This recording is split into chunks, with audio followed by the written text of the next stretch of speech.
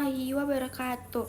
Perkenalkan, nama saya Parastiti Lutfi Hasni dengan NIM 12421000123. Di sini saya akan melaksanakan UAS dari mata kuliah Sejarah Peradaban Islam. Untuk soal yang pertama yaitu, apa yang menyebabkan kemunduran dan kehancuran dinasti Abbasiyah? Jadi setelah 5 abad berkuasa, dinasti Abbasiyah kemudian runtuh pada 1258 disebabkan oleh beberapa faktor. Yang saya ketahui yaitu konflik antar bangsa. Dinasti Abbasiyah didirikan oleh dua suku bangsa, yaitu bangsa Abbas dan bangsa Persia yang memiliki kesamaan, yaitu sama-sama ditindas oleh Umayyah. Persekutuan ini mulai mengalami konflik tak kala bangsa Persia merasa tidak puas dengan kepemimpinan dinasti Abbasiyah. Pada akhirnya, terjadi ketidakstabilan pemerintah setelah setiap bangsa mulai perebut kekuasaan, khususnya pada masa Al-Mutawakkil ke bawah. Dan ada pun juga kemerosotan ekonomi. Dinasti Abbasiyah juga beriringan dengan kemerosotan bidang politik. Menjelang akhir kekuasaan, pendapatan dan pengeluaran tidak seimbang. Nah, hal ini juga dipengaruhi oleh keringanan bayar pajak bagi rakyat, kerusuhan-kerusuhan, dan pendirian dinasti-dinasti kecil yang enggan membayar upeti lagi. Untuk soal yang kedua yaitu apa yang saya pahami tentang perang salib dan kapan terjadinya perang salib. Perang salib ini disebutan dari perang-perang agama di Timur Tengah dan Eropa antara abad ke-15 sampai ke-17. Disokong dan ada kalanya juga diarahkan oleh gereja Katolik. Perang salib ini juga berbeda dari konflik-konflik keagamaan lainnya karena orang-orang yang ikut serta dalam perang ini meyakini perjuangan mereka sebagai laku silih demi memperoleh ampunan atas dosa yang sudah mereka akui. Ruang lingkup istilah perang salib juga masih menjadi pokok perdebatan.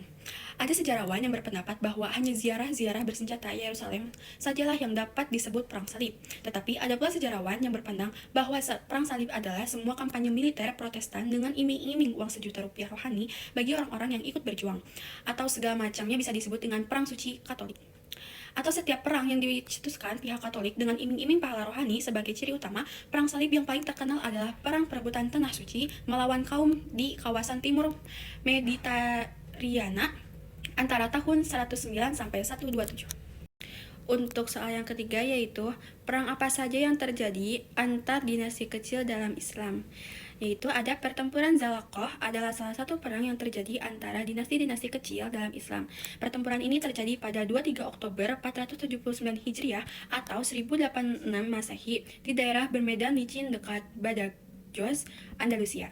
Selain pertempuran Zalakoh, beberapa faktor yang menyebabkan kemunduran dinasti Abbasiyah juga adanya juga munculnya dinasti-dinasti kecil yang memerdekakan diri, merosotan perekonomian, munculnya aliran-aliran sesat dan fanatisme keagamaan, perang salib, serangan Mongolia ke negeri Muslim.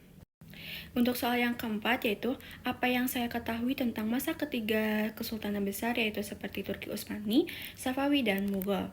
Untuk yang pertama yaitu Turki Utsmani. Kesultanan Turki Utsmani ini didirikan oleh Utsman pada tahun 1290 Masehi dan berlangsung hingga 1924 Masehi. Kemajuan yang dicapai oleh Turki Utsmani ini juga ada dalam bidang ilmu pengetahuan yang saya ketahui yaitu seperti mereka menghasilkan seni arsitektur Islam yang indah, memiliki kaligrafi yang berkualitas tinggi. Adapun juga dalam bidang ekonomi yaitu mereka memiliki sistem ekonomi yang baik dan menguasai jalur perdagangan penting. Adapun juga Kesultanan Safawi. Kesultanan Safawi ini didirikan oleh Ismail I pada 1501 Masehi dan berlangsung hingga 1736 Masehi. Mereka berkuasa di wilayah Iran, terus Azerbaijan, dan sebagian dari wilayah Irak. Kesultanan Safawi ini juga dikenal sebagai pusat kebudayaan dan ilmu pengetahuan Islam. Dan yang terakhir ada Kesultanan Mughal. Kesultanan Mughal ini didirikan oleh Babur pada tahun 1526 Masehi dan berlangsung hingga 1888 Masehi. Mereka berkuasa di wilayah India, Pakistan, dan Bangladesh. Sebagiannya juga ada di Afghanistan. Kemajuan yang dicapai oleh Kesultanan Mughal ini dari adanya bidang politik. Mereka juga memiliki pasukan militer yang tangguh dan terorganisir. Adapun juga bidang ilmu pengetahuan dan budaya, mereka menghasilkan seni arsitektur Islam yang indah dan memiliki kaligrafi yang tinggi. Terus juga ada dalam bidang ekonomi, mereka juga memiliki sistem ekonomi yang baik dan menguasai jalur perdagangan yang penting.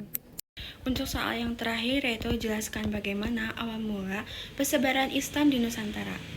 Jadi persebaran Islam di Nusantara ini seperti di Indonesia ya, dimulai pada abad ke-7 Masehi dengan beberapa teori tentang awal mula penyebaran. Jadi ada teori Arab. Islam ini dibawa oleh pedagang Arab yang berlayar ke Nusantara melalui jalur perdagangan. Adapun juga teori Persia. Islam ini dibawa oleh pedagang Persia yang berlayar ke Nusantara juga. Itu ada teori India. Islam juga dibawa oleh pedagang India dengan berlayar ke Nusantara. Itu ada teori Cina, yaitu yang Islam dibawa oleh pedagang Cina Muslim yang berlayar ke Nusantara. Jadi ada juga awal penyebarannya yaitu dari abad 7 Masehi, Islam juga mulai masuk ke Nusantara melalui Aceh.